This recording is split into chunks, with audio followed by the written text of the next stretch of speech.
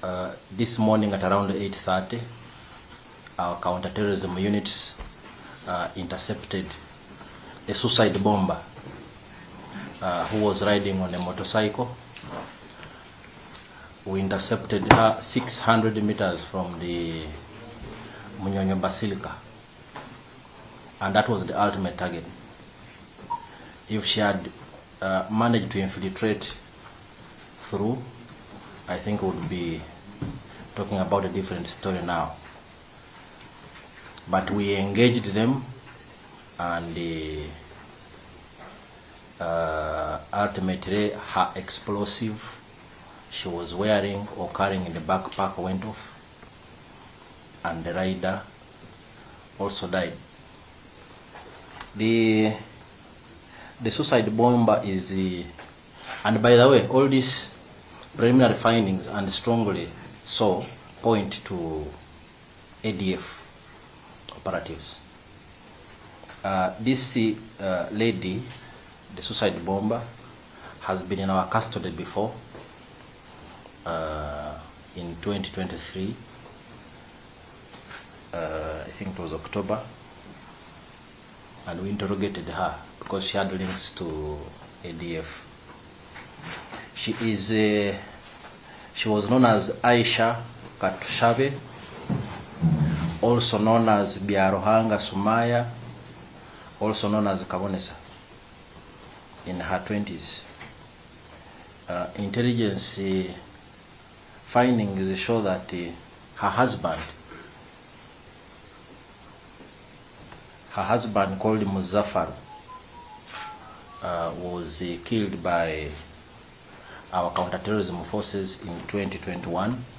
He was among the group who wanted to bomb the funeral and mourners of the late Deputy Inspector General of Police, Paulo Kechi. That time we arrested some suspects and some were killed. We also know that she was a daughter to Abdu Shakur. Abdu Shakur is the suicide bomber who blew himself at the Central Police Station in Kampala in 2021. The other incident was, I think, along Parliamentary Avenue. So these are strong links to ADF, which we knew about. And in relation to today's event, intelligence was aware that the ADF was planning to attack worshippers and pilgrims on this day. In fact, 2 days ago, we arrested a suspect who is in custody right now, and he gave us very useful information. We found him with laptops and several rounds of ammunition, and the interrogations are still taking place. So we had strong links, and our people on the ground today, we are very vigilant and aware, and we congratulate all the security forces today who are in the field, the UPDF, the Uganda Police Force, and the intelligence services, for preventing a catastrophe. We could have been talking about many people dead and injured today, and the entire city would have been in a panic and confusion. So briefly, that's about the event today, but I think the important message is that we have, again, the security forces delivered a successful Martyrs Day celebrations, and thanks to them, nobody has died, nobody is injured, although there were attempts to do so by some clearly very negative forces in outside. Any questions? Yes. About the rider? Oh yes. The investigations are still going on, but from what we have gathered, the motorcycle is registered in the names of Musana Yusuf We are yet to establish whether the rider was Musana Yusuf or somebody else, and what links they have or they could have with the terrorist who was riding on the motorcycle. So we will dig deeper into this, and we'll definitely find out. In the little video, we see the bike exploding. We are wondering how did the officers swat the said terrorists, swat them and hit them without necessarily fearing that in case the explosion takes place, they would also be included and die. Then there is also picture saturating of the suspect. We don't know whether you can avail us with a photo to help us identify so that we don't use the wrong picture. Since you have never been with her. Apparently, to add on that, we have had some eyewitnesses saying that these two people actually reached church, but because of the heavy security, they failed to go in, so they were leaving. That's when the bomb exploded. Then earlier had said that actually it's the police, the military that shot at them and it exploded. So, what I am telling you is the verified state of events this morning. They attempted to infiltrate, and we intercepted them and engaged them. She wouldn't have blown herself in a generally harmless area. If you know how terrorists work, if one could even get here, they will be happy because they know they can die with a reasonable number. But we prevented that. We engaged the duo precipitating the explosion, which everyone heard and which almost caused some panic. But the situation was immediately contained, calm was restored, and the mass at that basilica, 600 meters away, proceeded uninterrupted. We put them out of action. It was not their choice to detonate from that position. Their choice was to infiltrate a mass gathering and explode and kill and injure as many as possible. We intercepted and engaged them. And our actions, actually some bullets were discharged. Our actions caused the explosive to go off. You understand what I'm saying?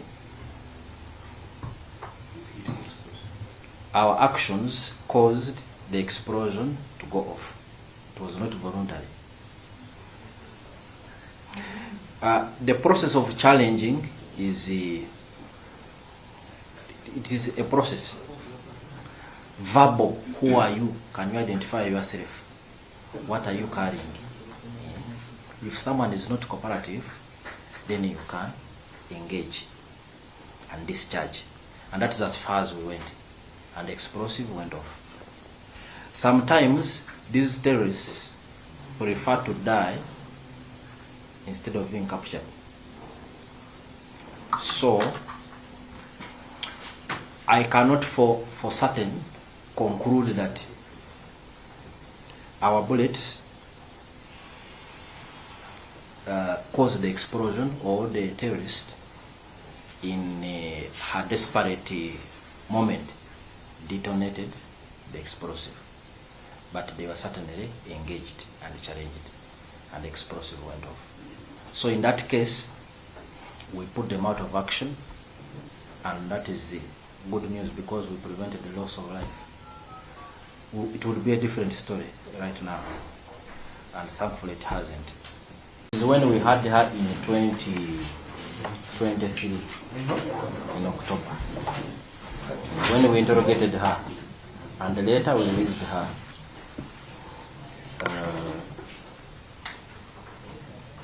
So this is her most recent photo, which we are also able to obtain. She's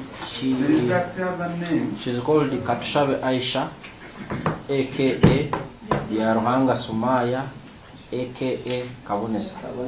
So you once arrested the suicide bomber. So you released her under which grounds?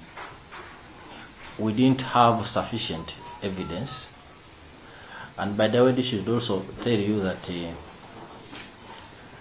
the security services in Uganda and the justice system generally tries to be fair and considerate, although many people tend to think otherwise. If we don't have concrete evidence about you, we might be suspicious, but if we don't have evidence, then we will be compelled to release you. Because to take someone to court means you must have gathered your evidence and that person will be prosecuted successfully. So there are definitely some gaps in what we had, and we let her go. But today, we have been vindicated that actually she was indeed a terrorist, even when we arrested her back then. But if you are a criminal, you can last so much. Eventually, the law catches up with you, and your bad deeds catch up with you, and she has perished today. Thankfully, without injuring any other bystanders or worshippers or pilgrims. My interest is, thank you, sir. My interest is knowing the real profile of this lady beyond the names and what. So where has she been living? Who are they? Her other networks so far? How broad are you going to really bring others that you have been cooperating with in this scheme?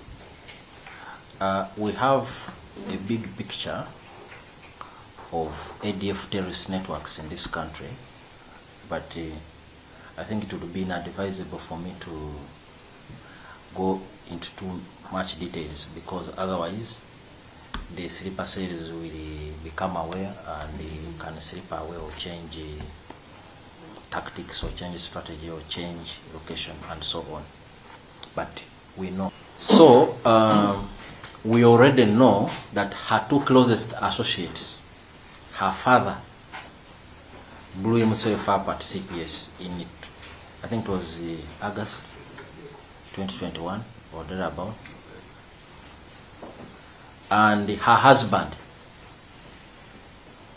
was also killed by our own forces in You said the husband is who? Her husband was a terrorist called Muzaffar.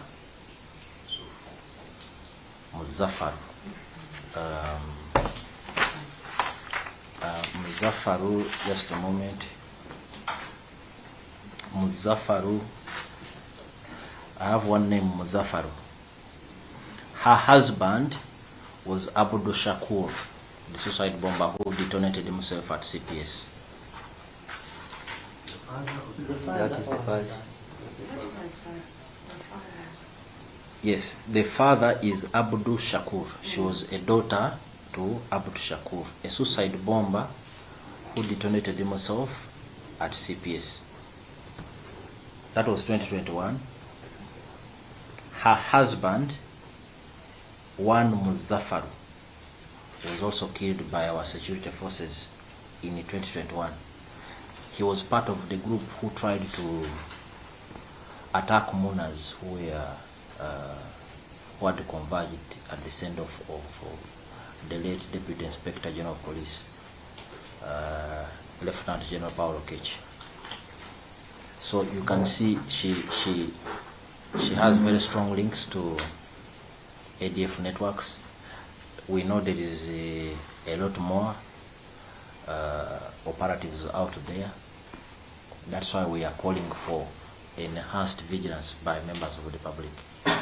If they see anything, if they hear anything, if they see objects they don't understand, they should report them to the security services. And by the way, they have been doing that. I think you've covered many reports before of bombs we have recovered in different places in Kampala here.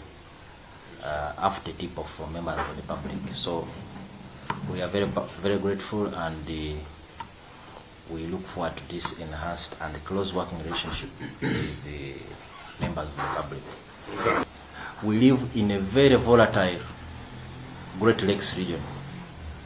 We know that Eastern Congo is a hotbed of many violent armed groups, including the Allied Democratic Forces, which has conducted attacks against Ugandans for many years now, most recently in 2021. And we have always been appealing to the general public to be vigilant, report any suspicious individuals or objects or activities to the security forces, so that intervention measures are undertaken in time. And we thank Ugandans that, for the most part, Ugandans have been very cooperative with security, and working together with the security services, we have been able to prevent disaster. Otherwise, we could easily have another July 2010 bombings here. But the members of the security forces, working with the people who are very vigilant indeed, have prevented many of these from happening. We also have the Al-Shabaab situation. It seems far away in Somalia, but actually it is not, because Al-Shabaab comes as close as the northeastern frontier of the Kenya-Somalia border. There is a very big population of Somalis in Kenya, and increasingly even in Uganda, so they can always infiltrate. Our borders are porous, so the key is to ensure that we are constantly vigilant. Everyone, the wananchi and the security services. And that's how we'll be able to prevent disaster from striking our people, like it is happening in some places. The Uganda People's Defense Forces and the security services generally, the Uganda Police Force and the intelligence services, I think we have demonstrated for a long time our strong capabilities in terms of securing the people of Uganda and their property, from border to border, east to west, north to south, and northeast to southwest, northwest to southeast. Uganda is relatively secure. You couldn't say the same about southern Sudan, and we went there to support the government of South Sudan. You couldn't certainly say the same about DRC. So, and in my earlier statement, I alluded to the fact that Uganda is located in a very volatile Great Lakes region. But the fact that our people are living peacefully overall and are going about their normal activities, I think is commendable. The same way we have secured the Ugandans for the last 40 years is the same way we are going to continue to work, but even better, because our capabilities are getting better. Human resource capabilities in terms of training, in terms of equipment, in terms of modern intelligence gathering capabilities, in terms of building reliable allies, in terms of deepening our collaboration with the wananchi. Everything is going very well, and I think Ugandans have no cause to worry. All they need is to continue to work with us very closely, and we will prevent most of these bad things from happening.